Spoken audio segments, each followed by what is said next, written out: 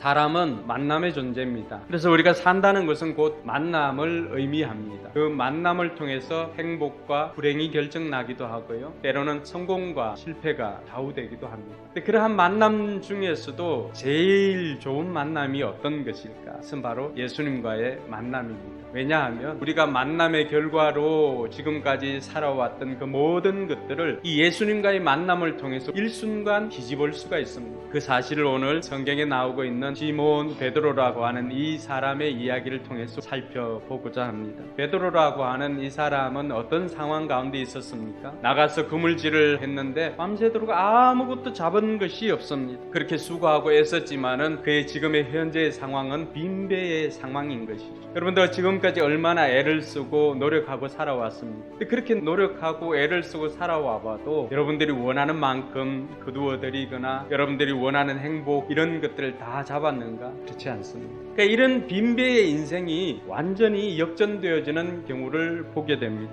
그러니까 아무것도 잡지 못했지만은 선생님의 말씀을 따라 그물을 내리겠습니다 하고는 그런 다음에 그대로 하니 많은 고깃대가 걸려들어서 그물이 찢어질 지경이었다. 즉 빈배의 인생이 예수 그리스도를 만남으로 인하여서 만선의 기쁨을 누리게 되었다는 것입니다. 저는 오늘 이 자리에 온 여러분들 모두에게 이 만선의 기쁨이 있기를 주님의 이름으로 축복합니다. 그러면은 이 빈배의 인생이었던 베드로가 어떻게 이 만선의 기쁨을 누리게 되었는가? 그 시작은 바로 예수님을 자신의 인생의 배의 주인으로 모셨기 때문입니다. 오늘 어떻게 보면은 빈배는 베드로에게 있어서는 실패의 자리입니다. 근데 놀라운 것은 그 실패의 자리가 바로 변화와 기적을 경험하는 복된 자리가 되었다는 것입니다. 오늘 저와 여러분들이 이 땅을 살아가면서 겪는 빈배의 자리가 있습니다. 그것은 고독의 자리이기도 하고 실패의 자리이기도 하고 때로는 위기의 자리이기도 합니다. 그러나 그 자리가 바로 예수님을 만나는 자리인 줄 믿으시기 바랍니다. 한국 최고의 지성이라고 하였던 이여령 박사, 그 인생에 빈배와 같은 상황이 없을 것 같잖아요.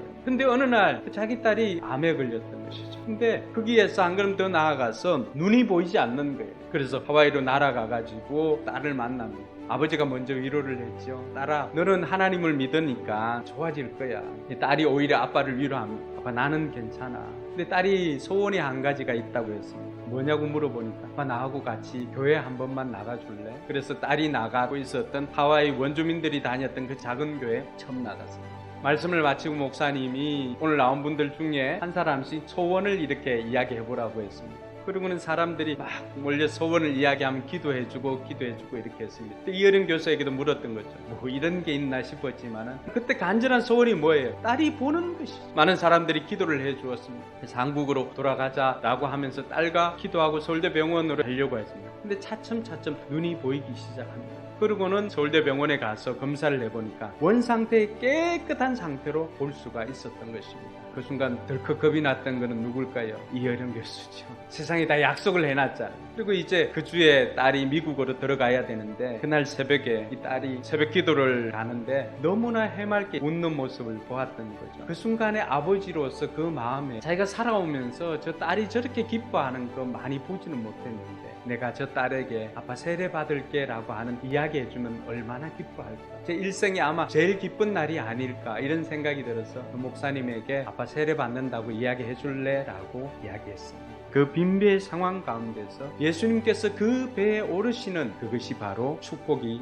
되더라고 하는 것입니다. 두 번째는요, 하나님의 말씀을 삶의 원리로 받아들여야 합니다. 밤새도록 그물질을 하고 해도 아무것도 잡지 못한 그런 상황이었습니다. 더군다나 자기에게 말하고 있는 이는 어부도 아닙니다. 목수 출신이었던 예수님이었습니다. 그런데 어떻게 합니까? 깊은 데로 가서 그물을 내리라고 하는 그 말씀을 듣고 상식과 경험이 아닌 예수님의 말씀을 따라서 행동을 하게 됩니다. 이 지점이 바로 믿음이라고 하는 지점입니다. 이것이 바로 신앙이라고 하는 것입니다. 베드로가 어떤 변화가 생겼습니까? 그 빈배가 그물이 찢어질 정도로 만선의 기쁨을 누리게 됩니다. 여러분, 예수 믿는 것은 나 하나 잘 되자고 믿는 게 아니에요. 오늘 베드로의 인생에 예수님께서 찾아오셔서 그가 말씀에 순종해서 복을 누릴 때는 베드로를 통하여서 그 이웃도 다 만선의 기쁨을 누리게 되는 것입니다. 자기 혼자 잘 되는 것, 그것만 추구하는 것이 아니라 나를 통해서 내 사랑하는 사람이 바뀌었으면 좋겠다는 그 마음으로 여러분들을 이 자리에 초청하게 된 것입니다. 왜 하나님의 말씀을 들으면 삶이 바뀌게 될까요?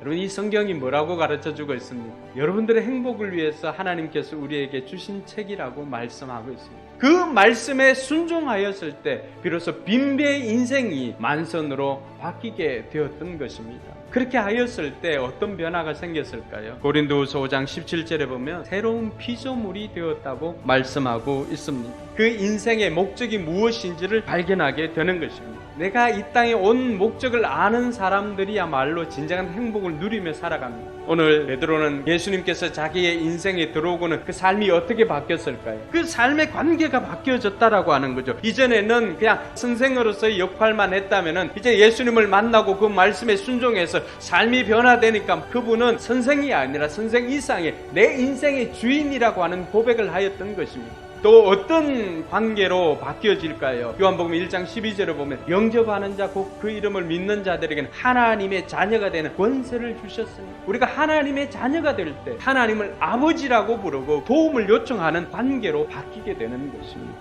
여러분, 베드로가 이 만선의 기쁨을 누리고 제일 먼저 한 것이 무엇인지 아십니까? 배에서 내려가지고 예수님 앞에 엎드립니다. 내가 죄인입니다. 나를 떠나십시오 라고 고백을 합니다. 여러분들은 죄인입니다 라고 이야기를 하면 발끈합니다. 내가 무슨 죄인입니까?